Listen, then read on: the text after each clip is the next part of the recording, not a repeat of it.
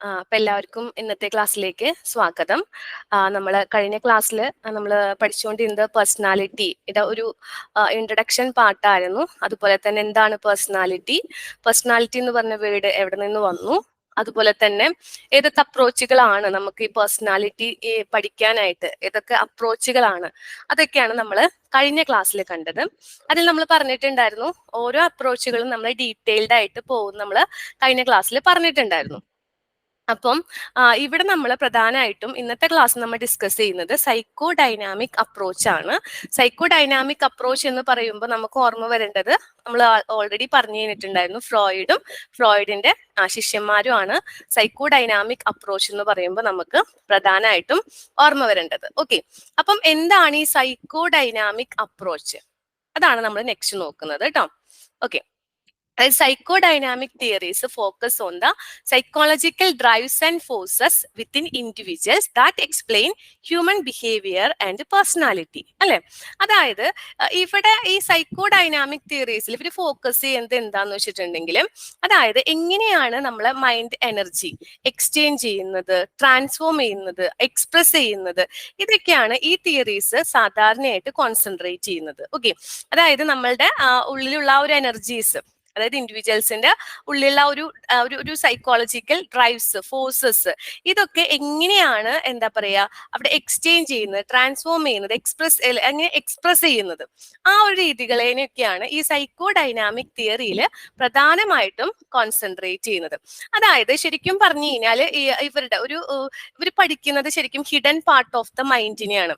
Hidden part of the mind എന്ന് പറയുമ്പോൾ നമ്മളുടെ ഒരു അൺകോൺഷ്യസ്നെസ്, അല്ലെ, ആ ഒരു അൺകോൺഷ്യസ് സ്വഭാവത്തിന്റെ പവർഫുൾ ഇൻഫ്ലുവൻസ് നമ്മളുടെ പേഴ്സണാലിറ്റിയിൽ എങ്ങനെയാണ് നമ്മളുടെ ഒരു അൺകോൺഷ്യസ്നെസ്, നമ്മളുടെ ആ ഒരു സ്വഭാവം, അല്ലെ, നമ്മളുടെ അൺകോൺഷ്യസ് ആയിട്ടുള്ള സ്വഭാവത്തിന്റെ ഒരു പവർഫുൾ ഇൻഫ്ലുവൻസിനെ കുറിച്ചിട്ടാണ് ഇവര് ഈ തിയറിയിലുടനീളം പറഞ്ഞുകൊണ്ടിരിക്കുന്നത്.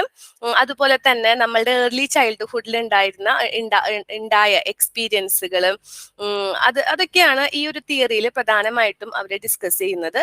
അതൊക്കെ എങ്ങനെ നമ്മളെ പേഴ്സണാലിറ്റീനെ എങ്ങനെയൊക്കെ എഫക്ട് ചെയ്യുന്നു എന്നുള്ളത് കേട്ടോ. അപ്പം ഈ സൈക്കോ ഡൈനാമിക് അപ്രോച്ച് എന്ന് പറയുമ്പം ഇവര് ഏറ്റവും കൂടുതൽ പ്രാധാന്യം കൊടുത്തിട്ടുള്ളത് നമ്മളുടെ അൺകോൺഷ്യസ് മൈൻഡിനാണ് പ്രാധാന്യം കൊടുത്തിട്ടുള്ളത്. ഓക്കെ, ഇനി ഫ്രോയിഡിന്റെ സൈക്കോ അനലിറ്റിക്കൽ തിയറിയിലോട്ട് വരുമ്പോഴും ഇത് തന്നെയാണ്. അവിടെ പറഞ്ഞത് കേട്ടില്ലേ, സൈക്കോ അനാലിസിസ് എന്ന് പറഞ്ഞിട്ടുണ്ടെങ്കിൽ ഫോക്കസ് ചെയ്യുന്നത് എന്താണ്? Influence on repressed impulses, internal conflicts and childhood traumas, how they effect mental health. Same ഇതേപോലെ തന്നെ സൈക്കോ അനലിറ്റിക്കൽ തിയറിയിലായാലും ഫ്രോയിഡ് ആണെങ്കിലും അവിടെ കോൺസെൻട്രേറ്റ് ചെയ്തിട്ടുള്ളത് നമ്മളുടെ ആ ഒരു അൺകോൺഷ്യസ് മൈൻഡിനെയാണ് അവിടെ കോൺസെൻട്രേറ്റ് ചെയ്തിട്ടുള്ളത്. ഓക്കെ, ഇനി നമ്മൾ രണ്ട് തരത്തിലെ ഡ്രൈവുകളെ കുറിച്ച് പറയുന്നുണ്ട്. Freud's Eros and thanatos theory എന്നാണ് പറയുന്നത്. അതായത് നമുക്കറിയാം അതില് രണ്ട് ഇൻസ്റ്റിക്റ്റുകളാണ്, രണ്ട് ഡ്രൈവുകളാണ്, അല്ലെ. ഇറോസ് എന്ന് പറഞ്ഞിട്ടുണ്ടെങ്കിൽ അവിടെ ഇറോസ് എന്ന് പറഞ്ഞ മീനിങ്ങിന് നമുക്കറിയാം. ഇറോസ് എന്ന് പറഞ്ഞ സെക്സ് ഡ്രൈവ് ആണ്. തനറ്റോസ് എന്ന് പറഞ്ഞിട്ടുണ്ടെങ്കിൽ ഡിസ്ട്രക്ഷൻ, അതായത് ആ ഒരു ഡെത്ത് ഇൻസ്റ്റിക്റ്റ് എന്നാണ് ഫ്രോയിഡ് അതിനെ വിളിക്കുന്നത്. തനറ്റോസ് എന്ന് പറഞ്ഞിട്ടുള്ള ഒരു ഡ്രൈവിനെ ഡെത്ത് ഇൻസ്റ്റിക്റ്റ് എന്നാണ് ആര് വിളിക്കുന്നത്? ഫ്രോയിഡ് പറയുന്നത് ഡെത്ത് ഇൻസ്റ്റിങ്ക്റ്റ്. മറ്റേത് ലൈഫ് ഇൻസ്റ്റിങ്ക്റ്റ് ആണ്. ഓക്കെ, ഈ ഒരു വേർഡുകളൊക്കെ ഒന്ന് ശ്രദ്ധിക്കുക കേട്ടോ, തനറ്റോസും ഇറോസും. ഓക്കെ, ശരിക്കും പറഞ്ഞ റോസ് എന്ന് വെച്ചാൽ നമ്മളുടെ ആ ഒരു ഉള്ളിലെ സെക്സ് ഡ്രൈവ്, സെക്ഷൽ എനർജി, അതിനൊക്കെയാണ് പറയുന്നത് നമ്മളുടെ ഒരു ഇറോസ് എന്ന പേര് കൊണ്ട് ഉദ്ദേശിക്കുന്നത്. അതിന്റെ പിന്നിലുള്ള ഒരു എനർജി എന്ന് പറയുന്നത് ലിബിഡോ. നമ്മൾ ഈ ഫ്രോയിഡിന്റെ തിയറി പഠിക്കുമ്പോൾ കേൾക്കുന്ന ആ ഒരു എനർജി നെയിമാണ് ലിബിഡോ. ഓക്കെ, അപ്പൊ ഇതൊക്കെ ഒന്ന് ശ്രദ്ധിക്കുക കേട്ടോ. Freud, eros and thanatos theory, life and death drives. അപ്പൊ തനറ്റോസ് എന്ന് പറഞ്ഞിട്ടുണ്ടെങ്കിൽ ഡെത്ത് ഇൻസ്റ്റിങ്ക്റ്റ് ആണ്. ഇറോസ് എന്ന് പറഞ്ഞിട്ടുണ്ടെങ്കിൽ ലൈഫ് ഇൻസ്റ്റിങ്ക്റ്റ് ആണ്. അതായത് നമ്മളുടെ ഉള്ളിലുള്ള ഒരു സെക്സ് ഡ്രൈവ് ആണ് പറയുന്നത്, സെക്ഷൽ എനർജി ആണ് പറയുന്നത്. അത് ശരിക്കും പറഞ്ഞാൽ ആ ഒരു പിന്നിലൊരു എനർജി ഡ്രൈവ് എന്ന് പറയുന്നത്, ആ ഒരു എനർജി എന്ന് പറയുന്നത് ലിബിഡോ ആണ്. ഇത്രയാണ് ഇതിനകത്ത് നോക്കാനായിട്ടുള്ളത് കേട്ടോ. ഓക്കെ, ഇനി പറയുമ്പോൾ ഫ്രോയിഡിന്റെ സൈക്കോ അനലിറ്റിക് തിയറി നമ്മൾ 3 ഭാഗങ്ങളായിട്ടാണ്, അല്ലെങ്കിൽ 3 തിയറികളാണ് അതിനകത്ത് വരുന്നത്. ഒന്ന് നമ്മളെ പേഴ്സണാലിറ്റി അല്ലെങ്കിൽ ഡൈനാമിക്സ് സ്ട്രക്ചർ, പേഴ്സണാലിറ്റി സ്ട്രക്ചർ ഉണ്ട്, ദെൻ ഡൈനാമിക്സ് ഉണ്ട്, പിന്നെ അതുപോലെ തന്നെ സൈക്കോ സെക്ഷൽ സ്റ്റേജസ്. ഇങ്ങനെ 3 പാർട്ടായിട്ടാണ് ഫ്രോയിഡിന്റെ സൈക്കോ അനലിറ്റിക് തിയറി നമ്മൾ ഡിസ്കസ് ചെയ്യുന്നത്. ഓക്കെ, ഇതിലേക്കൊക്കെ പോണേക്കാളും മുന്നായിട്ട് നമ്മൾ ഫ്രോയിഡിനെ കുറിച്ച് ചിന്തിക്കുകയാണെങ്കിൽ നമ്മൾ പറഞ്ഞു ഫ്രോയിഡിന്റെ ആണ് എന്ത് സൈക്കോ അനലിറ്റിക് തിയറി എന്ന് പറയുന്നത്. ഫ്രോയിഡ് എന്ന് പറഞ്ഞിട്ടുണ്ടെങ്കിൽ നമുക്കറിയാം ഫ്രോയിഡിന്റെ പ്രത്യേകത എന്താണ്? ഫാദർ ഓഫ് മോഡേൺ സൈക്കോളജി ആണ്. അദ്ദേഹം ഉപബോധ മനസ്സിന്റെ ഒരു കൊളംബസ് എന്നാണ് അദ്ദേഹത്തിന് വിശേഷിപ്പിച്ചിരുന്നത്. ഉപബോധ മനസ്സിന്റെ ഒരു കൊളംബസ് എന്നാണ് നമുക്ക് അദ്ദേഹം കൂടുതലായിട്ട് ഇമ്പോർട്ടൻസ് കൊടുത്തിരിക്കുന്നത്. നമ്മൾ പറഞ്ഞു എന്തിനാണ്? അൺകോൺഷ്യസ് മൈൻഡിനെയാണ് അദ്ദേഹം കൂടുതലായിട്ട് ഇമ്പോർട്ടൻസ് കൊടുത്തിരിക്കുന്നത്. അതുപോലെ തന്നെ ഈ ഉപബോധ മനസ്സിനെ എന്താ പറയാ, അതിനെ കൂടുതലായിട്ട് അതിനെ കുറിച്ച് പഠിക്കുക. അതുപോലെ തന്നെ നമ്മളുടെ ആ ഒരു അബോധ മനസ്സിലെ ലിഖിതങ്ങൾ അല്ലെങ്കിൽ അബോധ മനസ്സിലെ എന്തൊക്കെ കാര്യങ്ങൾ ഉണ്ട് അതിൻ്റെയൊക്കെ നിഗൂഢ അർത്ഥങ്ങൾ വിശകലനം ചെയ്യുക. ഇതൊക്കെയാണ് അദ്ദേഹം പ്രധാനമായിട്ടും അദ്ദേഹത്തിന്റെ സൈക്കോ അനലിറ്റിക് തിയറിയിൽ എന്താ പറയാ ചെയ്തിരുന്നത്. ഓക്കെ, ഇനി എന്താ പറയാ ഇതില് ഈ സൈക്കോ അനാലിസിസ് എന്ന് പറയുമ്പോൾ നമ്മൾ പറഞ്ഞു ഏറ്റവും ഇമ്പോർട്ടൻസ് കൊടുത്തിരിക്കുന്നത് എന്താണ്? നമ്മളുടെ ആ ഒരു അൺകോൺഷ്യസ് മൈൻഡിനാണ് ഏറ്റവും കൂടുതലായിട്ട് ഇമ്പോർട്ടൻസ് കൊടുത്തിരിക്കുന്നത്. അപ്പം സൈക്കോ ഡൈനാമിക് തിയറി അത് നമ്മൾ പറഞ്ഞു. സൈക്കോ അനലിറ്റിക് തിയറി എന്ന് പറയുമ്പോൾ ഫസ്റ്റ് നമ്മൾ പഠിക്കുന്നത് എന്തിനെ കുറിച്ചിട്ടാണ്? ആ ഒരു സ്ട്രക്ചർ ഓഫ് പേഴ്സണാലിറ്റി എന്ന് പറയുമ്പോൾ തിയറി ഓഫ് പേഴ്സണാലിറ്റി ഡൈനാമിക്സ് ആണ് ഫസ്റ്റ് നോക്കുന്നത് കേട്ടോ. തിയറി ഓഫ് പേഴ്സണാലിറ്റി ഡൈനാമിക്സ് ആണ്. സ്ട്രക്ചർ നമുക്ക് കാണാം. ഫസ്റ്റ് നമ്മൾ തിയറി ഓഫ് പേഴ്സണാലിറ്റി ഡൈനാമിക്സ് ആണ്. അതിൽ 3 ലെവലാണുള്ളത് മൈൻഡിന്. ഏതൊക്കെയാണ്? കോൺഷ്യസ് ലെവൽ ഉണ്ട്, അൺകോൺഷ്യസ് ലെവൽ ഉണ്ട്, അതുപോലെ തന്നെ പ്രീ കോൺഷ്യസ് ലെവൽ ഉണ്ട്. ഫ്രോയിഡിന്റെ തിയറി എന്ന് പറയുന്നത് സൈക്കോ അനലിറ്റിക്കൽ തിയറിക്ക് 3 പാർട്ടുകളാണുള്ളത്. ഫസ്റ്റ് പാർട്ടാണ് theory of personality dynamics, second പാർട്ടാണ് theory of personality structure, third പാർട്ടാണ് theory of psycho sexual development. നമ്മൾ കഴിഞ്ഞ സ്ലൈഡിൽ കണ്ട പോലെ ഫ്രോയിഡിന്റെ സൈക്കോ അനലിറ്റിക് തിയറിക്ക് 3 മേജർ പാർട്ടുകളാണുള്ളത്. നമ്മൾ ഫസ്റ്റ് ഡിസ്കസ് ചെയ്യാൻ പോകുന്നത് ഏതാണ്? നമ്മളുടെ ഡൈനാമിക്സ് ഓഫ് പേഴ്സണാലിറ്റി അല്ലെങ്കിൽ theory of personality dynamics. Then നമ്മൾ അതിന്റെ സ്ട്രക്ചർ ഡിസ്കസ് ചെയ്യും. ദെൻ ലാസ്റ്റ് നമ്മൾ അതിന്റെ സൈക്കോ സെക്ഷൽ സ്റ്റേജസ് ഡിസ്കസ് ചെയ്യും. ഇങ്ങനെ 3 പാർട്ടുകളായിട്ടാണ് ഫ്രോയിഡിന്റെ തിയറി കൊടുത്തിരിക്കുന്നത്. ഓക്കെ, അപ്പൊ അതിൽ ഫസ്റ്റ് പാർട്ട് എന്ന് പറയുന്നത് നമ്മൾ പറഞ്ഞു ഏതാണ്? തിയറി ഓഫ് പേഴ്സണാലിറ്റി ഡൈനാമിക്സ് ആണ്. തിയറി ഓഫ് പേഴ്സണാലിറ്റി ഡൈനാമിക്സ് എന്ന് പറയുമ്പം ഈ ഫ്രോയിഡ് പറയാണ് ഹ്യൂമൻ മൈൻഡിന് 3 ലെവലുകൾ ഉണ്ട്. ഓക്കെ, ഏതൊക്കെയാണ്? കോൺഷ്യസ് മൈൻഡ് ഉണ്ട്, പ്രീ കോൺഷ്യസ് മൈൻഡ് ഉണ്ട്, അതുപോലെ തന്നെ അൺകോൺഷ്യസ് മൈൻഡ് ഉണ്ട്. ഫ്രോയിഡ് ഇവിടെ നമ്മൾ ഹ്യൂമൻ മൈൻഡിന്റെ 3 ലെവലുകളെ കുറിച്ചിട്ടാണ് പറഞ്ഞിട്ടുള്ളത്. നമുക്ക് മലയാളത്തിൽ പറയുകയാണെങ്കിൽ ബോധ മനസ്സ്, ഉപബോധ മനസ്സ്, അബോധ മനസ്സ് എന്ന് പറഞ്ഞിട്ടുള്ള 3 ലെവലുകളാണ് പറഞ്ഞിട്ടുള്ളത്. ഓക്കെ, ഇതില് എപ്പോഴും നമ്മുടെ പൂർത്തീകരിക്കപ്പെടാത്ത ആഗ്രഹങ്ങള്, അതുപോലെ തന്നെ നമ്മളുടെ ഉള്ളിലുള്ള വൈകാരിക സംഘർഷങ്ങള്, പിന്നെ നമുക്ക് ഇഷ്ടപ്പെടാൻ എന്താ പറയുക ഒരു വേദനാജനകമായിട്ടുള്ള അനുഭവങ്ങള്, ഓർമ്മകള്, ഇതൊക്കെ ഉൾക്കൊള്ളുന്നത് എവിടെയായിരിക്കും? നമ്മളുടെ എവിടെയായിരിക്കും? നമ്മളുടെ അൺകോൺഷ്യസ് മൈൻഡിലായിരിക്കും. അതായത് ഈ മൈൻഡുകളുടെ പ്രത്യേകത എന്ന് പറഞ്ഞിട്ടുണ്ടെങ്കിൽ കോൺഷ്യസ് മൈൻഡ് എന്ന് പറയുമ്പോൾ നമ്മൾ ഇപ്പൊ ചിന്തിക്കുന്ന കാര്യങ്ങളൊക്കെയാണ് കോൺഷ്യസ് മൈൻഡിനകത്ത് വരുന്നത്. പ്രീ കോൺഷ്യസ് മൈൻഡ് എന്ന് പറയുമ്പോൾ നമുക്ക് പെട്ടെന്ന് അത് ഓർത്തെടുക്കാനായിട്ട് പറ്റും. പക്ഷെ അൺകോൺഷ്യസ് മൈൻഡ് എന്ന് പറയുമ്പോൾ നമുക്ക് ഒട്ടും ഓർത്തെടുക്കാൻ പറ്റാത്ത സ്ഥലം. ഓക്കെ, അതായത് അവിടെയാണ് നമ്മൾ എന്ത് ചെയ്തിട്ടുള്ളത്? നമ്മളുടെ റിപ്രസ്ഡ് ആയിട്ടുള്ള വിഷസ് ഒക്കെ നമ്മൾ കുഴിച്ചു മൂടിയിരിക്കുന്നത് എവിടെയായിരിക്കും? നമ്മളുടെ ഈ ഒരു അൺകോൺഷ്യസ് മൈൻഡിലാണ് നമ്മൾ എന്താ പറയാ ഈ ഒരു നമുക്ക് ഓർത്തെടുക്കാൻ പറ്റാത്ത നമ്മളുടെ ഷെയിംഫുൾ ആയിട്ടുള്ള എക്സ്പീരിയൻസസ് ഉണ്ടായിരിക്കാം, അല്ലെങ്കിൽ നമ്മളുടെ ഫിയേഴ്സ്, പിന്നെ സെൽഫിഷ് നീഡ്സ്, പിന്നെ നമ്മൾ റിപ്രസ്ഡ് വിഷസ്, ഷെയിംഫുൾ എക്സ്പീരിയൻസ്, എന്താ പറയാ വയലന്റ് മോട്ടീവ്സ്, അല്ലെങ്കിൽ നമ്മളുടെ ഉള്ളിലുള്ള സെക്ഷൽ ഡിസയേഴ്സ്, അൺആക്സെപ്റ്റബിൾ ആയിട്ടുള്ള സെക്ഷൽ ഡിസയേഴ്സ്, ഇതെല്ലാം നമ്മൾ കുഴിച്ചു മൂടിയിരിക്കുന്നത് എവിടെയാണ്? നമ്മളുടെ അൺകോൺഷ്യസ് മൈൻഡിനകത്താണ് ഇതെല്ലാം നമ്മൾ കുഴിച്ചു മൂടിയിരിക്കുന്നത്. ഓക്കെ, അപ്പം ഫ്രോയിഡിന്റെ അഭിപ്രായത്തില് എന്താ പറഞ്ഞിട്ടുള്ളത്? നമ്മളുടെ ഈ ഒരു തിയറി ഓഫ് പേഴ്സണാലിറ്റി പഠിക്കുമ്പോൾ നമ്മൾ ഫസ്റ്റ് അനലിറ്റിക് തിയറിയാണ് സൈക്കോ അനലിറ്റിക് തിയറിയാണ് കാണുന്നത്. അതില് നമ്മൾ പറഞ്ഞു സൈക്കോ അനലിറ്റിക് തിയറിയുടെ ഫസ്റ്റ്, അത് 3 മേജർ പാർട്ടാണ്. അതിൽ ഫസ്റ്റ് പാർട്ടാണ് തിയറി ഓഫ് പേഴ്സണാലിറ്റി ഡൈനാമിക്സ്. അതിൽ നമ്മൾ തിയറി ഓഫ് പേഴ്സണാലിറ്റി ഡൈനാമിക്സിൽ ഹ്യൂമൻ മൈൻഡിനെ, അൺകോൺഷ്യസ് മൈൻഡിനെയാണ് ഇവിടെ എന്ത് ചെയ്യുന്നത്, എക്സ്പ്ലോർ ചെയ്യുന്നത്. അപ്പം ഫ്രോയിഡ് പറയാണ് ഹ്യൂമൻ മൈൻഡിന് 3 ലെവലുകളാണുള്ളത്: conscious, pre conscious and unconscious mind, unconsciousness. Okay, അപ്പൊ നമ്മൾ ഇവിടെ നമ്മൾ പറഞ്ഞു അൺകോൺഷ്യസ് മൈൻഡിലാണ് നമ്മളുടെ എന്താ പറയാ ഇഷ്ടമല്ലാത്ത കാര്യങ്ങളൊക്കെ നമ്മൾ അവിടെ കുഴിച്ചു മൂടിയിരിക്കുന്നത് നമ്മൾ അൺകോൺഷ്യസ് മൈൻഡിലാന്ന് പറഞ്ഞു. ഇനി അത് കഴിഞ്ഞിട്ട് ഫ്രോയിഡ് പറയാണ് ഈ ഒരു അൺകോൺഷ്യസ് മൈൻഡിൽ നമ്മൾ കുഴിച്ചു മൂടിയിരിക്കുന്ന കാര്യങ്ങൾ അതിനൊക്കെ ഓർത്തെടുക്കുക അല്ലെങ്കിൽ അതിന് ഡിസ്കവർ ചെയ്യാനായിട്ട് നമുക്ക് കുറച്ച് ടെക്നിക്കുകൾ ഉണ്ട്. 3 ടെക്നിക്കുകളാണ് ഫ്രോയിഡ് അതിനു വേണ്ടി ഡെവലപ്പ് ചെയ്തിരിക്കുന്നത്. അതിൽ ഒന്ന് free association. First one free association. Okay, ഒരു സെക്കൻഡ്. അതിൽ ഒന്നാമത്തെയാണ് ഫ്രീ അസോസിയേഷൻ.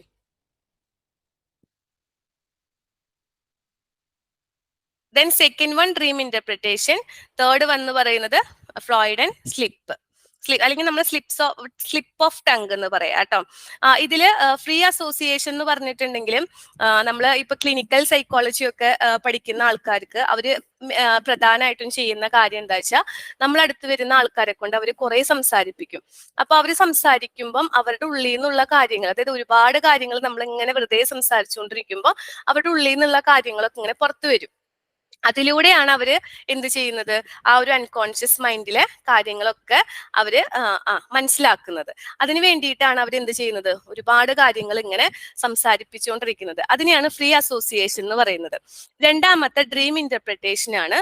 ഡ്രീം ഇന്റർപ്രിട്ടേഷൻ എന്ന് പറയുമ്പോൾ നമ്മളുടെ മനസ്സിൽ, നമ്മുടെ ഉള്ളിലുള്ള അല്ലെങ്കിൽ നമ്മൾ കാണുന്ന സ്വപ്നങ്ങളിൽ നിന്ന് നമ്മളുടെ ആ ഒരു അൺകോൺഷ്യസ് മൈൻഡിൽ ഉണ്ടാവുന്ന കാര്യങ്ങളെ അല്ലെങ്കിൽ തോട്ടുകളെ, ഡിസയേഴ്സിനൊക്കെ ആ ഒരു ഡീം ഇന്റർപ്രിട്ടേഷനിലൂടെ മനസ്സിലാക്കുന്ന രീതി. പിന്നെന്താണ് സ്ലിപ്പ് ഓഫ് ടങ്. അതായത് നമ്മൾ പറയുന്ന കാര്യങ്ങളിൽ വരുന്ന അല്ലെങ്കിൽ നമ്മളുടെ എവറിഡേ സ്പീച്ചിൽ വരുന്ന നമ്മളുടെ ഒരു ടങ് സ്ലിപ്പുകളിൽ നിന്ന് എന്താണ് അൺകോൺഷ്യസ് തോട്ട് വിഷസിനെയൊക്കെ എന്താ പറയാ അതിനെയൊക്കെ എക്സ്പ്ലോർ ചെയ്യുന്ന, അനലൈസ് ചെയ്യുന്ന രീതിക്കാണ് നമ്മൾ ഫ്രോയിഡിയൻ സ്ലിപ്പ് എന്ന് പറയുന്നത്.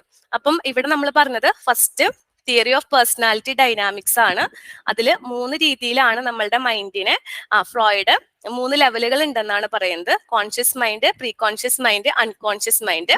പ്രീ കോൺഷ്യസ് മൈൻഡിൽ നമ്മളുടെ ഇപ്പൊ നടക്കുന്ന കാര്യങ്ങൾ, അതായത് which contains thoughts and perceptions which we R aware at the given moment, ഇപ്പൊ നടക്കുന്ന കാര്യങ്ങൾ. പ്രീ കോൺഷ്യസ് മൈൻഡ് ആണെങ്കിലും ശരിക്കും പറഞ്ഞാൽ ഈ ഒരു ലെയർ എന്ന് പറഞ്ഞാൽ കോൺഷ്യസ്നെസ്സിനും അൺകോൺഷ്യസ്നെസ്സിനും ഇടയിലുള്ള ഒരു ഭാഗം അല്ലെ. ഇവിടെ നമുക്ക് എന്താ പറയാ പെട്ടെന്ന് നമുക്ക് റീകോൾ ചെയ്യാൻ പറ്റും അല്ലെ. നമുക്ക് ഇപ്പൊ വേറെ അല്ലെങ്കിലും നമുക്കത് റീകോൾ ചെയ്തെടുക്കാൻ പറ്റും പെട്ടെന്ന്. അതിനകത്ത് നമ്മളുടെ മെമ്മറീസ്, സ്റ്റോർഡ് നോളേജസ് ഒക്കെയാണ് പ്രീ കോൺഷ്യസ് മൈൻഡിനകത്തുള്ളത്. അൺകോൺഷ്യസ് മൈൻഡ് എന്ന് പറഞ്ഞാൽ ഏറ്റവും deeper layer of the layer ആണ്. അവിടെയാണ് നമ്മൾ പറഞ്ഞിട്ടുള്ളത് എന്ത്, നമ്മൾ repressed wishes, fears, selfish needs ഒക്കെ അവിടെയാണ് നമ്മൾ കൊണ്ടുവന്ന് എന്താ പറയുക റിപ്രസ് ചെയ്ത് അല്ലെങ്കിൽ നമ്മൾ അവിടെ അടിച്ചമർത്തി വെച്ചിരിക്കുകയാണ്. ആ ഒരു മൈൻഡിനെയാണ് നമ്മൾ എന്ത് പറയുന്നത്, അൺകോൺഷ്യസ് മൈൻഡ് എന്ന് പറയുന്നത്. ശരിക്കും പറഞ്ഞാൽ ഫ്രോയിഡ് ഏറ്റവും അധികം ഇമ്പോർട്ടൻസ് കൊടുത്തിരിക്കുന്നത് ഈ ഒരു അൺകോൺഷ്യസ്നെസ്സിനാണ്.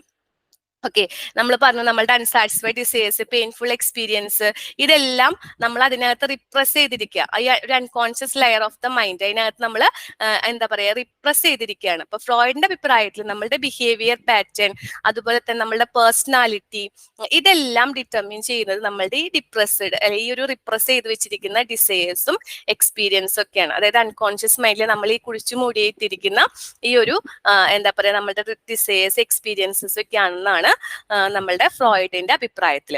അപ്പം ഈ ഒരു ഇതിനെ നമുക്ക് ഡിസ്കവർ ചെയ്തെടുക്കാനായിട്ട്, നമ്മുടെ അൺകോൺഷ്യസ് മൈൻഡിലുള്ള കാര്യങ്ങൾ ഡിസ്കവർ ചെയ്തെടുക്കാനായിട്ട് ഫ്രോയിഡ് ഡെവലപ്പ് ചെയ്തിട്ടുള്ള 3 മെത്തേഡുകളാണ്. ഒന്ന് ഫ്രീ അസോസിയേഷൻ, ഡ്രീം ഇന്റർപ്രിട്ടേഷൻ, അതുപോലെ തന്നെ സ്ലിപ്പ് ഓഫ് ടങ്.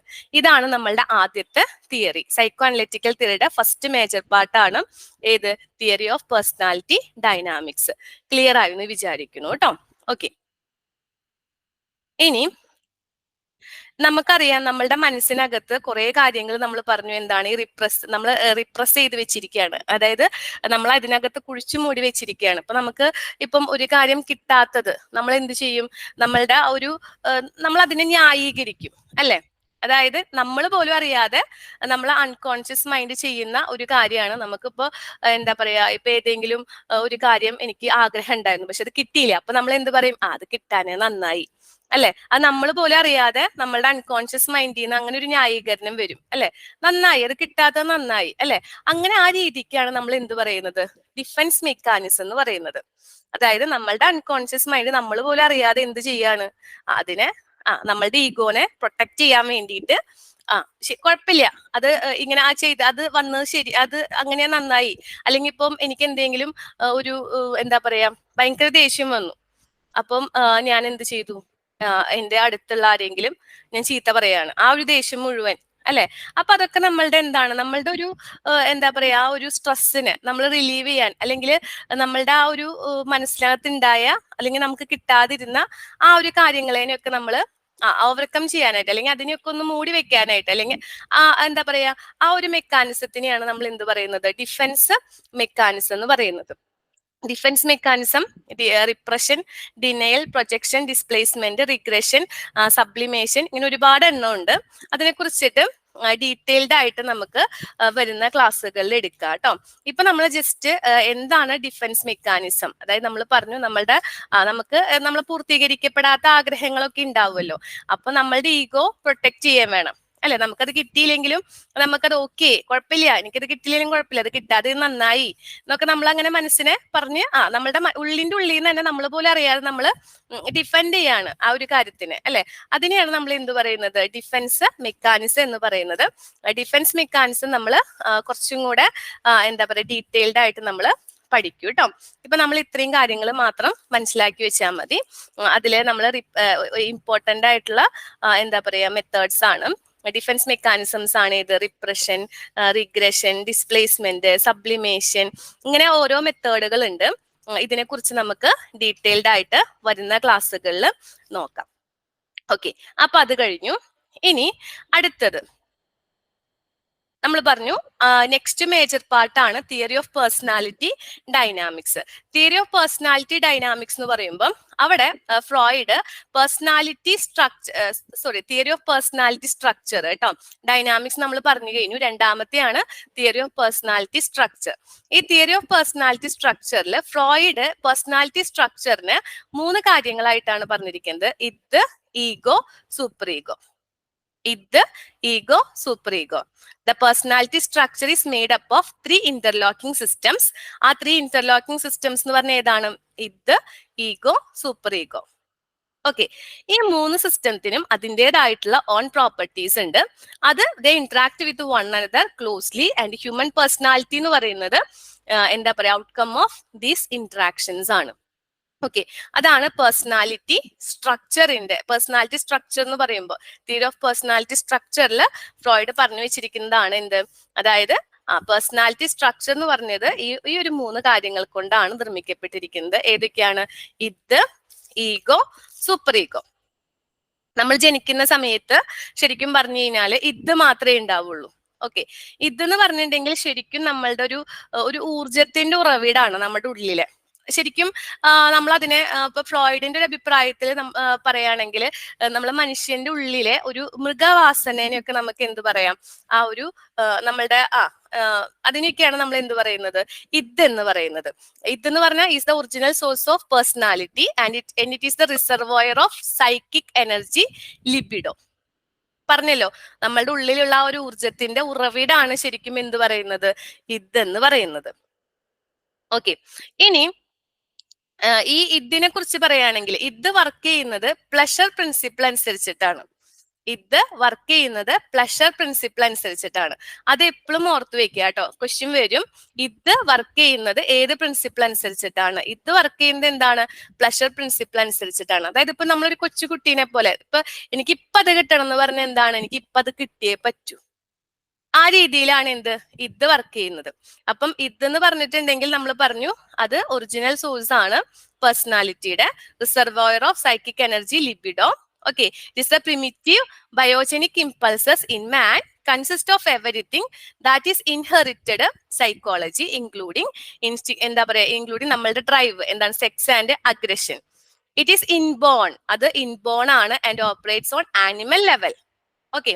ഇനി അത് അൺകോൺഷ്യസ് ഇൻ നേച്ചർ ആണ്, has no direct contact with reality. അതുകൊണ്ടാണ് നമ്മൾ എന്ത് പറയുന്നത്, അത് പ്ലഷർ പ്രിൻസിപ്പിൾ അനുസരിച്ചിട്ടാണ് വർക്ക് ചെയ്യണേന്ന് പറയുന്നത്. ഓക്കെ.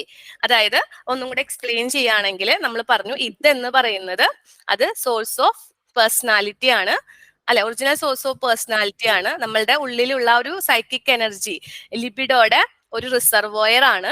അതുപോലെ തന്നെ നമ്മൾ എന്താ പറഞ്ഞിട്ടുള്ളത്, നമ്മളുടെ ഒരു അൺകോൺഷ്യസ് ഇൻ നേച്ചർ ആണ്. നമ്മൾ ജനിക്കുമ്പോ തന്നെ എന്തുണ്ട്, അത് നമ്മളുടെ ഒരു ജന്മവാസനകളിൽ നിയന്ത്രിക്കപ്പെട്ടിട്ടുണ്ട്. ഓക്കെ. പിന്നെ അത് റിയാലിറ്റി ആയിട്ട് യാതൊരു ബന്ധവുമില്ല. പിന്നെ അത് പ്ലഷർ പ്രിൻസിപ്പിൾ അനുസരിച്ചിട്ടാണ് വർക്ക് ചെയ്യുന്നത്. ഓക്കെ. ഇത്രയും കാര്യങ്ങൾ മനസ്സിലാക്കുക ഇതിനെ കുറിച്ചിട്ട്. ഇനി അടുത്തത് ഈഗോ. ഈഗോ എന്ന് പറഞ്ഞിട്ടുണ്ടെങ്കിൽ അത് യാഥാർത്ഥ്യ ബോധത്തിലാണ്, റിയാലിറ്റി പ്രിൻസിപ്പിളിലാണ് അത് വർക്ക് ചെയ്യുന്നത്. ഈഗോ എന്ന് പറഞ്ഞിട്ടുണ്ടെങ്കിൽ ലാർജ്ലി കോൺഷ്യസ് ആണ്. ഈഗോ ലാർജ്ലി കോൺഷ്യസ് ആണ്.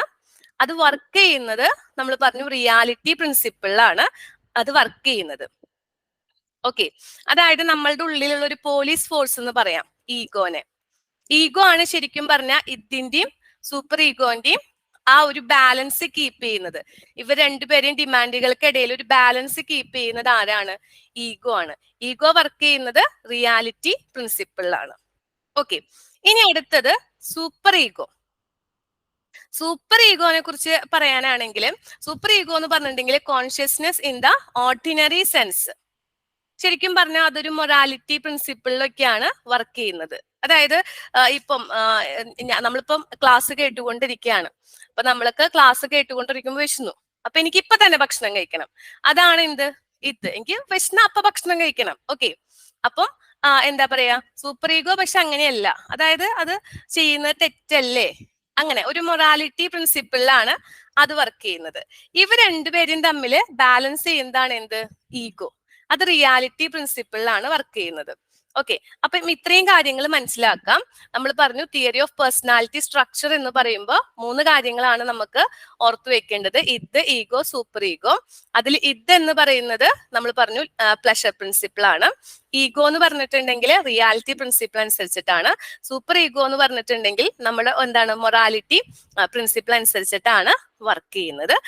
ഇതിനും സൂപ്പർ ഈഗോയും തമ്മിൽ ബാലൻസ് ചെയ്ത് കൊണ്ടുപോകുന്നതാണ് ആര്, ഈഗോ എന്ന് പറയുന്നത്. ക്ലിയർ ആണല്ലോ? ഓക്കെ. അപ്പൊ നമ്മളുടെ ഉള്ളിൽ ഇവർ തമ്മിലുള്ള ഈ കോൺഫ്ലിക്റ്റുകൾ ഇങ്ങനെ നടന്നുകൊണ്ടിരിക്കുന്നുണ്ട്, കണ്ടിന്യൂസ് കോൺഫ്ലിക്റ്റ് നടക്കുന്നുണ്ട്, ഇത് ഈഗോ സൂപ്പർ ഈഗോ തമ്മിലുള്ളത്. മനസ്സിലായോ? അതായത് ശരിക്കും പറഞ്ഞാൽ ഇതും ഈഗോയും എന്താ, 2 ഒപ്പോസിങ് എലമെന്റ്സ് ആണ്, അല്ലെ? പക്ഷെ അതിൽ തമ്മിൽ സാറ്റിസ്ഫൈ ചെയ്ത ആ 2 പേരെയും തമ്മിൽ ബാലൻസ് ചെയ്ത് കൊണ്ടുപോകുന്ന ആളാണ് എന്ത്, നമ്മളുടെ ഈഗോ എന്ന് പറയുന്ന ആള്. ഓക്കെ. അപ്പൊ ഇത്രയാണ് നമുക്ക് ഇവിടെ ഈ ഒരു ഭാഗത്ത് നമുക്ക് ശ്രദ്ധിക്കാനുള്ളത്. Next theory of psycho sexual development ആണ്. PPT ക്ലിയർ ആവുന്ന വിചാരിക്കുന്നു കേട്ടോ. ഇല്ലെങ്കിൽ ആ സ്റ്റേജസ് ഒന്ന് ശ്രദ്ധിക്കാം. നമുക്ക് 5 സ്റ്റേജസ് ആയിട്ടാണ് പറയുന്നത് theory of psycho sexual development. അതായത് ഫ്രോയിഡിന്റെ അഭിപ്രായത്തിൽ എല്ലാ ആൾക്കാരും ഈ ഒരു സ്റ്റേജസിൽ കൂടെ കടന്നു പോകുന്നാണ് പറയുന്നത്. ഓക്കെ.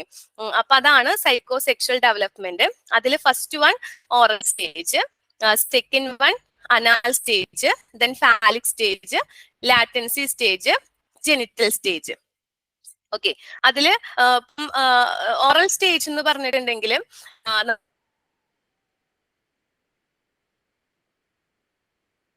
നമുക്ക് ഏതാണ്ട് ബർത്ത് ടു 2 years 2 കൊല്ലം വരെയുള്ള സ്റ്റേജാണ്.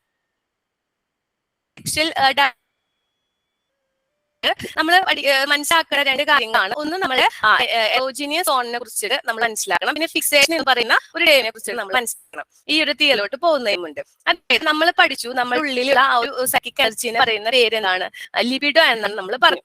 അപ്പം ഇതിനെ പ്രവർത്തനനിരതമാക്കുന്ന ജന്മ ലഭിക്കുന്ന ഒരു ഊർജ്ജമാണ് ലിബിഡോ എന്ന് പറയുന്നത്. അപ്പൊ ശരിക്കും പറഞ്ഞാൽ ഈ നമ്മുടെ മനുഷ്യരുടെ സർഗശക്തിയും ചാലകശക്തിയും എന്താണ്, ഈ ഒരു എനർജിയാണ്, അല്ലെ? അപ്പം ഈ ഫ്രോയിഡിന്റെ അഭിപ്രായത്തില് all human being move through a series of psychosexual stages during which the libidal energies focused on different regions of the body. ഈ ഓരോ സ്റ്റേജിലൂടെ കടന്നു പോകുമ്പോഴും നമ്മളുടെ ഉള്ളിലുള്ള ആ ഒരു ലിബിഡൽ എനർജി എന്ന് പറയുന്നത് ഫോക്കസ് ചെയ്യുന്നത് ഓരോ ഡിഫറെന്റ് റീജിയൻസിലായിരിക്കും. ആ റീജിയൻസിനെയാണ് നമ്മൾ എന്ത് പറയുന്നത്? ഇറോജീനിയസ് സോൺ എന്ന് പറയുന്നത്. ഓക്കെ, ഞാൻ അവിടെ എഴുതാം. ആ റീജിയൻസിന് പറയുന്ന പേരാണ് ഇറോജീനിയസ് സോൺ എന്ന് പറയാ കേട്ടോ.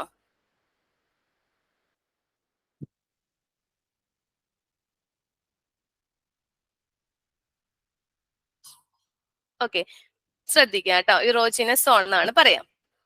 ഓക്കെ, ഇനി അടുത്തൊരു ടേമാണ് ഫിക്സാഷൻ.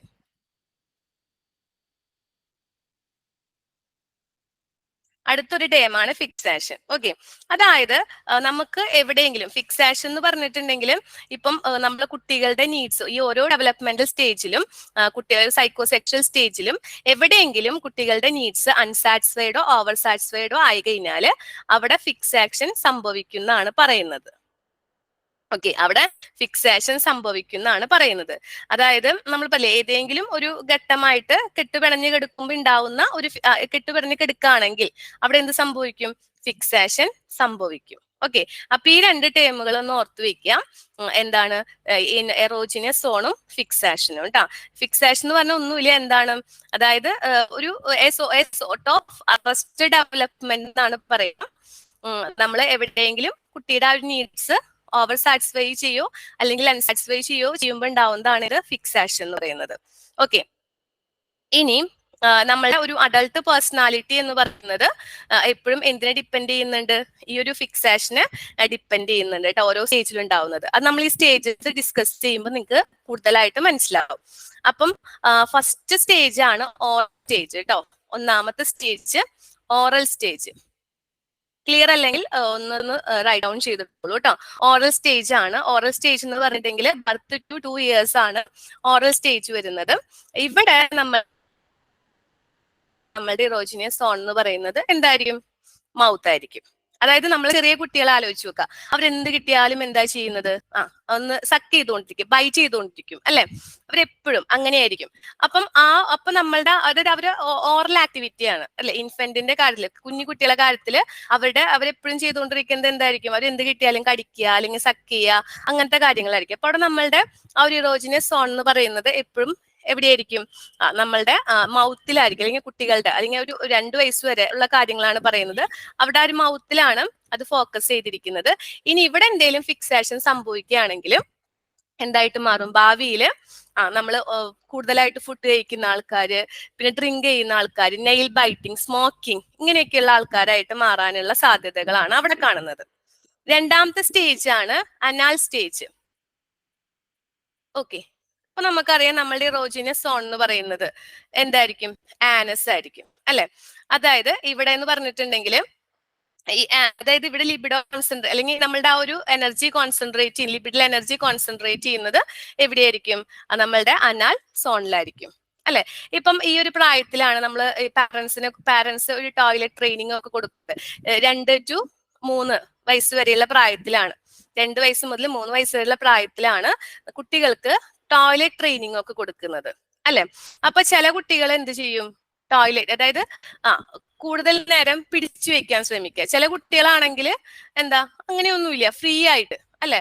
ഇപ്പം നമ്മൾ ഓവർ സാറ്റിസ്ഫൈഡ് ആയാലും പ്രശ്നമാണ്, പിന്നെ എന്താണ്, നമ്മളവിടെ അൺസാറ്റിസ്ഫൈഡ് ആയാലും പ്രശ്നമാണ് അല്ലെ? ഇപ്പൊ ചില കുട്ടികൾ ഇങ്ങനെ കുറെ നന്നായിട്ട് ഇപ്പൊ ടോയ്ലറ്റിലൊക്കെ പോവാൻ തോന്നിക്കഴിഞ്ഞാൽ പോവാതെ ഇങ്ങനെ പിടിച്ചിരിക്കുന്ന ശീലമൊക്കെ ഉണ്ടാവും. അവര് മുതിർന്നു വരുമ്പോ എന്തായിട്ട് മാറും? അവർക്ക് സ്വഭാവം ഭയങ്കര കുറച്ചും കൂടെ റിജിഡ് ആയിട്ടുള്ളത്, ഒബ്സസീവ് ആയിട്ടുള്ള, കുറച്ചും കൂടെ ഓർഡർലി ബിഹേവിയർ ഉള്ള ആൾക്കാരായിട്ട് മാറാനാണ് സാധ്യത. ഇനി ഈ ട്രെയിനിങ് കാര്യമായിട്ട് ഇപ്പൊ നമ്മൾ പറയും ഇങ്ങനെ ആ ഒരു ഇത് ചെയ്യാത്ത ആൾക്കാരാണെങ്കിൽ എന്തായിരിക്കും? അവര് കുറച്ച് മെസ്സി, പൈസയൊക്കെ ഇങ്ങനെ ഭയങ്കര വേസ്റ്റ്, നോക്കാതെ ചെലവാക്കുന്ന ആൾക്കാര്, അങ്ങനെയൊക്കെ ആവാനാണ് സാധ്യതയുള്ളത് കേട്ടോ. അതാണ് അനാൽ സ്റ്റേജ്. ഓക്കെ, അതായത് നമ്മൾ ഇവിടെ ഉണ്ടാവുന്ന ഫിക്സേഷൻസ് നമ്മളുടെ ഭാവിയിൽ നമ്മളുടെ പേഴ്സണാലിറ്റീനെ എഫക്ട് ചെയ്യുന്നതാണ് ഫ്രോയിഡ് പറഞ്ഞു വെച്ചിരിക്കുന്നത്. ഓക്കെ, അപ്പം അനാൽ സ്റ്റേജ് എന്ന് പറയുമ്പോൾ 2 to 3 വയസ്സ് വരെയാണ്.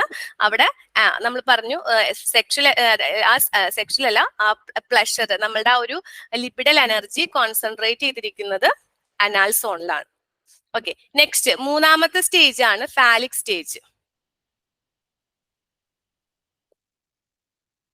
ഫാലിക് സ്റ്റേജ് കേട്ടോ. അത് 3 മുതൽ 5 വയസ്സ് വരെയാണ്. ഇവിടെ ജെനിറ്റൽ റീജിയനിലാണ് നമ്മളുടെ ആ ഒരു പ്ലഷർ കോൺസെൻട്രേറ്റ് ചെയ്തിരിക്കുന്നത് കേട്ടോ. ഇവിടെ നമ്മൾ ഈ ഒരു സ്റ്റേജിൽ ഏറ്റവും കൂടുതൽ നമ്മൾ ഇമ്പോർട്ടൻസ് കൊടുക്കുന്ന 2 ടേമുകളാണ് ഇഡിപ്പസ് കോംപ്ലക്സും ഇലക്ട്രാ കോംപ്ലക്സും കേട്ടോ.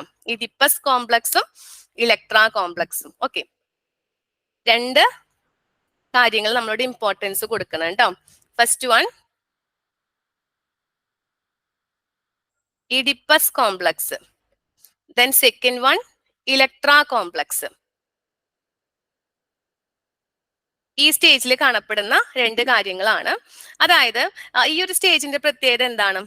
കുട്ടികൾക്ക് അവർക്ക് ഒരു സെക്ഷുവാലിറ്റിനെ കുറിച്ചിട്ട് അതുപോലെ സെൻഷ്വൽ ഫീലിങ്സിനെ കുറിച്ചിട്ട് ഒക്കെ ഡെവലപ്പ് ചെയ്യുന്ന ആ ഒരു, അല്ലെങ്കിൽ ഓപ്പോസിറ്റ് സെക്സിനോട് ഉള്ളൊരു ആ ഒരു ഫീലിങ്സ് ഒക്കെ, അല്ലെങ്കിൽ ഓപ്പോസിറ്റ് സെക്സിലുള്ള പാരന്റ്സിനോട് കേട്ടോ ഒക്കെ ഡെവലപ്പ് ചെയ്യുന്ന ഒരു സ്റ്റേജ് ആണ് എന്ത്, ഈ ഒരു ഫാലിക് സ്റ്റേജ് എന്ന് പറയുന്നത്. അതിൽ ഇഡിപ്പസ് കോംപ്ലക്സ് എന്ന് പറയുന്നത് മെയിൽ ചൈൽഡിന് എന്താണ്, Oedipus complex is formed in the male child as a result of his sexual desire towards his mother. Electra complex എന്ന് പറഞ്ഞാലോ ഫീമെയിൽ ചൈൽഡിനാണ്, അതായത് on account of her desire for the father. Okay, അതായത് നമുക്കറിയാം സാധാരണ ചെറിയ കുട്ടികളെ നോക്കുകയാണെങ്കിൽ ആൺകുട്ടികൾക്ക് ആ പ്രായത്തില് അമ്മയോടും പെൺകുട്ടികൾക്കാണെങ്കിൽ അച്ഛനോടും ആയിരിക്കും ഒരു അട്രാക്ഷൻ ഉണ്ടായിരിക്കാം. അതിനെയാണ് എന്ത് പറയുന്നത്, ആൺകുട്ടികളുടെ ആ ഒരു അമ്മയോടുള്ള ആ ഒരു സ്നേഹം, അതിനെയാണ് നമ്മൾ ഇഡിപ്പസ് കോംപ്ലക്സ് എന്ന് പറയുന്നത്. പെൺകുട്ടികൾക്കാണെങ്കിൽ അവർക്ക് ഏറ്റവും കൂടുതൽ ഇഷ്ടം ആരെയായിരിക്കും, അവരുടെ അച്ഛനെ ആയിരിക്കും അല്ലെ. അപ്പൊ അതിനെയാണ് നമ്മൾ എന്ത് പറയുന്നത്, ഇലക്ട്രാ കോംപ്ലക്സ് എന്ന് പറയുന്നത്. ഈ 2 കാര്യങ്ങൾ മനസ്സിലാക്കി വെക്കുക കേട്ടോ. ഫാലിക് സ്റ്റേജിലാണ് ഇവിടെ എറോജിനിയസ് സോൺ എന്ന് പറയുന്നത് എന്താണ്, ജെനിറ്റൽ ഓർഗൻ ആണ്.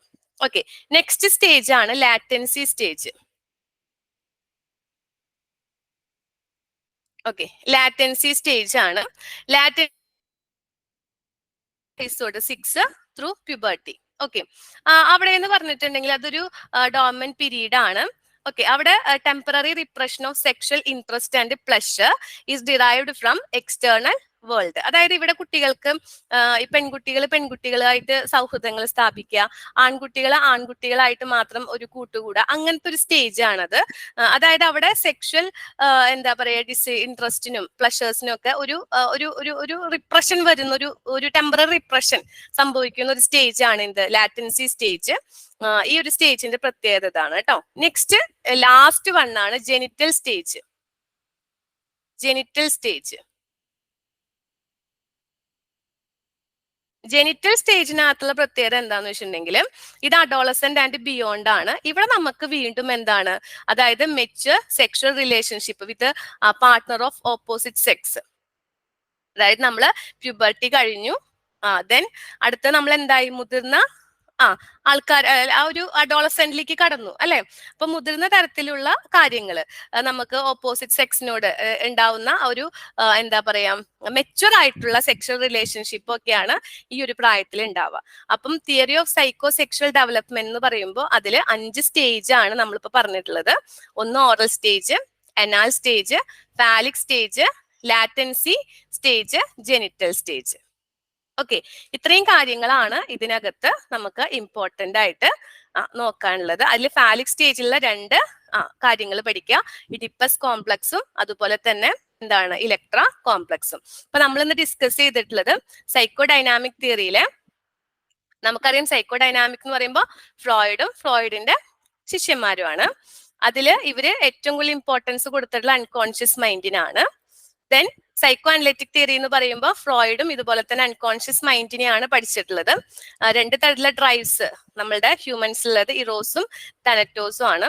ഇറോസ് എന്ന് പറഞ്ഞിട്ടുണ്ടെങ്കിൽ നമ്മൾ പറഞ്ഞു ലൈഫ് ഇൻസ്റ്റിങ്ക്റ്റ് ആണ്. ടെനറ്റോസ് എന്ന് പറഞ്ഞാൽ എല്ലാം നശിപ്പിക്കാനുള്ള ഒരു ഇൻസ്റ്റിങ്ക്റ്റ്, ഡെത്ത് ഇൻസ്റ്റിങ്ക്റ്റ് എന്നാണ് പറയുന്നത്. ദെൻ സൈക്കോ അനലിറ്റിക് തിയറിയുടെ 3 മേജർ തിയറികളായിട്ടാണ് വീണ്ടും അതിനെ തിരിച്ചിരിക്കുന്നത്. ഒന്ന് personality dynamics, structure of personality, then development അല്ലെങ്കിൽ psycho sexual stage. First one നമ്മൾ പേഴ്സണാലിറ്റി ഡൈനാമിക്സ് ആണ്. നമ്മൾ 3 ലെവലുകൾ കണ്ടു നമ്മളുടെ മൈൻഡിന്.